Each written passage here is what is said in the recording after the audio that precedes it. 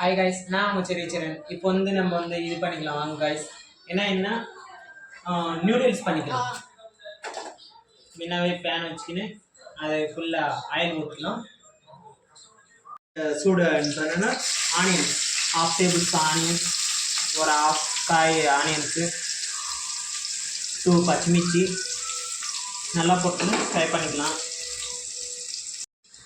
நல்லா golden fry மாதிரி ஆன பிறகு 1/2 டொமேட்டோ போட்டுக்கணும்.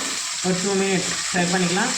இது மாதிரி ஆகிடுறதுல ஆயில் பிரிஞ்சு வந்த நேரத்தில் நூடுல்ஸ் ஏசி ஆறி வச்சுக்கணும். நூடுல்ஸுக்கு அது கூடவே மசாலாஸ், மேகி மசாலா, சிக்கன் மசாலா, கரம் மசாலா நல்லா போட்டுக்கணும். அது கூடவே நல்லா கலக்கலாம் ஃப்ரெண்ட்ஸ்.